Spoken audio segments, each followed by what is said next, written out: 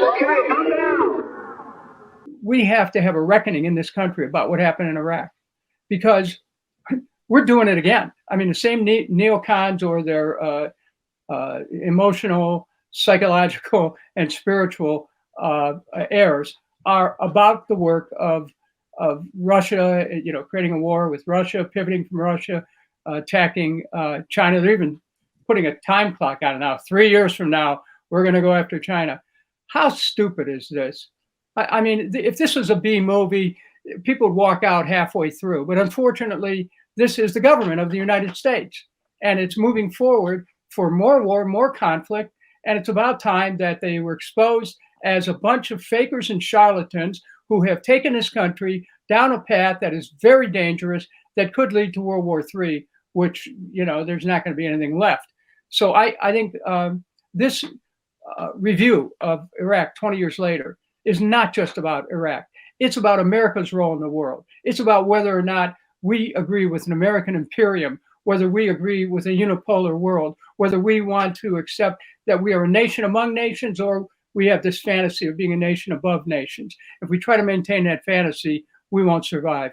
One of the things I think you have to look at is it's the same people over and over again who are doing these wars. How we can put Ukraine into a separate compartment or a separate box than these other wars, when it is fundamentally the same foreign policy and military leadership that created and sustained in those wars for decades. And particularly too, when you look, I think, at the trajectory of American warfare, particularly starting in the second half of the Obama administration, the desire to use proxies, the desire not to have the political cost of American casualties. I think once you have that, remember the Afghan war is tremendously unpopular. Obama in his first term puts himself out there, goes to West Point, makes a big speech, sends 70,000 more soldiers to Afghanistan. This is his chance to show that the world that he's a better commander in chief than Bush. They can win the right war, on and on and on. And the thing that I believe doesn't make the Afghan war a political cost to the White House in 2012 or 2010 is the fact that 10 million Americans were in the process of losing their homes. But starting in that second Obama administration, you start to see a real shift in how the Americans fight their wars. The idea that you use proxies, or you can use contractors, you're going to use special operations or CIA or drones, all these secret types of things that you can't talk about. The American government can't even talk about if they want to.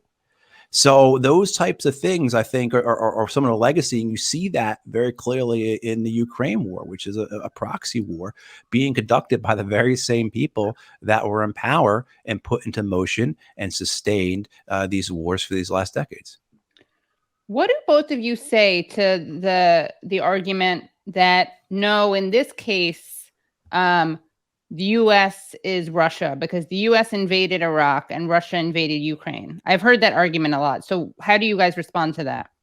When one understands the recent history of Ukraine, where Ukrainians had elected their president, who was then overthrown by the United States in 2014. And when that happened, the United States provided money for Ukraine to mobilize their army to attack eastern Ukraine, which was Russian speaking. And they exacted about 14,000 casualties, actually deaths of Ukrainians who happen to be Russian speaking. That story never gets told because the establishment practice in America has been to put Russia on the back foot through NATO and through the United States State Department and the Department of Defense, put Russia on the back foot, keep Russia occupied in Ukraine, use Ukraine. The Ukrainians are being used as pawns.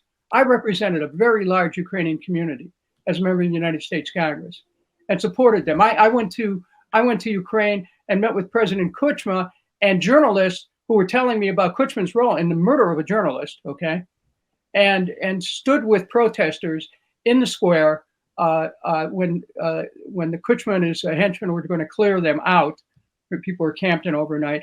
People in Ukraine believe very strongly about freedom and liberty, and I stand with them in that. But what's happened is the Ukrainians have been played. And so Russia, they're pawns in this attack on Russia. And the plan has always been pin Russia down in Ukraine, pivot, and then go after China. This is part of a larger effort by the United States to try to assert itself as the dominant military and economic force in the world. And guess what? It's not working. It's not going to work. It is doomed to failure. And the meeting that Russia has had with China, Putin and Xi meeting, has basically demonstrated that we've taken the wrong approach, and it is disastrous. It's separating us from the rest of the world community, and it won't be too long. Let's talk next 5 years. We could be on the outside looking in with the U.S. dollar starting to drop in its value, and the elasticity provides to the U.S. economy as the world, has moved away from the dollar. That elasticity is going to be lost, and we're going to find ourselves in a dramatically different role because of this neoconservative, maniacal thinking that somehow we're going to rule the world. Right. I mean, and it fits into the binary construct that defines American conversations, American politics, American media. Everything has to be A versus B. Everything has to be red versus blue. And so we have this very simplistic Manichaean, as Congressman said, structure of how we talk about things, where a third way or a third option or not having to be on a side is really hard for people to even accept, for people to fathom, for people to get. And this is the way propaganda has always worked. And 20 years ago, if you were speaking out against the Iraq wars, and how many times, Congressman, did you get called, an Al-Qaeda sympathizer? Or how many, right? You're Saddam, right? You're just giving out Saddam Ba'ath Party talking points, right? So this is to be expected. It is just the nature of how warfare works, how propaganda works. It has always been this way. Many people are probably very familiar with the famous Hermann Goring quote from the Nuremberg trials when he's asked about this, and he just says, "Oh, you just scare the people. You tell them that they're being threatened by an enemy, and you say if someone stands up and says no, we're not being threatened, you call them unpatriotic, and you shout them down, and this is how you get a war going." I'm paraphrasing. He was unfortunately, for a war criminal, much more eloquent than I am. But that's the reality here of why you see such a tainted, limited discussion about the war in Ukraine. I mean, as someone who speaks out against the war in Ukraine, the notion that why do I speak out against the war against Ukraine? Am I against the Ukrainians? No, absolutely not. I want to see the Ukrainians win. I want to see Russia removed to its borders. But I don't believe the right pathway going forward, a pathway that makes sense, a pathway that has any chance of success, is to continue this war, right? Sending more weapons, sending more money only prolongs a deep and awful stalemate that has strengthened Russia. And now Russia is in a much stronger position now than it was a year ago. And unfortunately, the Russians are now clearly saying they're not going to negotiate. Their spokesman Peskov just said that last week, reported in TASS. A military solution is what we believe in now. Up until February, that's not what they were saying, and it's because the United States and NATO and the Ukrainian leadership chose to win militarily in Ukraine, just as the United States did for how long in Iraq? We're going to win militarily. In Afghanistan, we did this. One of the reasons I resigned in Afghanistan in 2009 is because we won't negotiate with the Taliban, even though the Taliban are coming in and trying to negotiate with us. I had 2 occasions where that happens.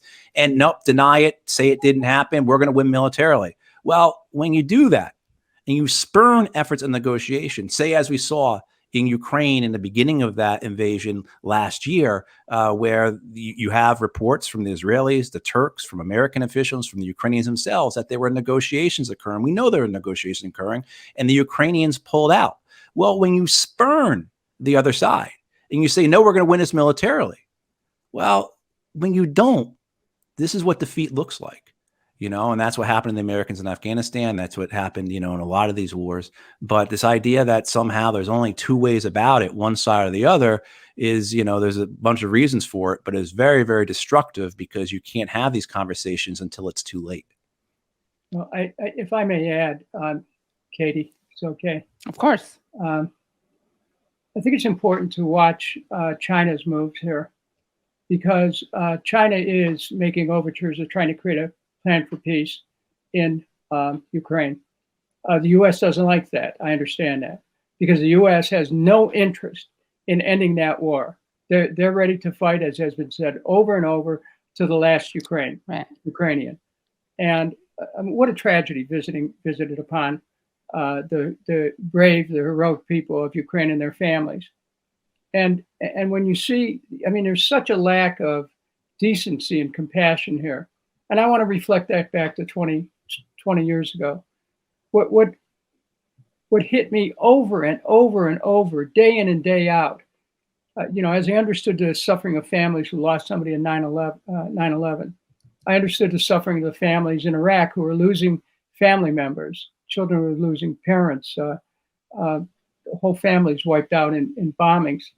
And, if you have any sense of human decency or humanity, if you care at all for just, what the poet called, if you have any primal human sympathy at all, how can you just say, well, yeah, it happened, and we move on to the next thing?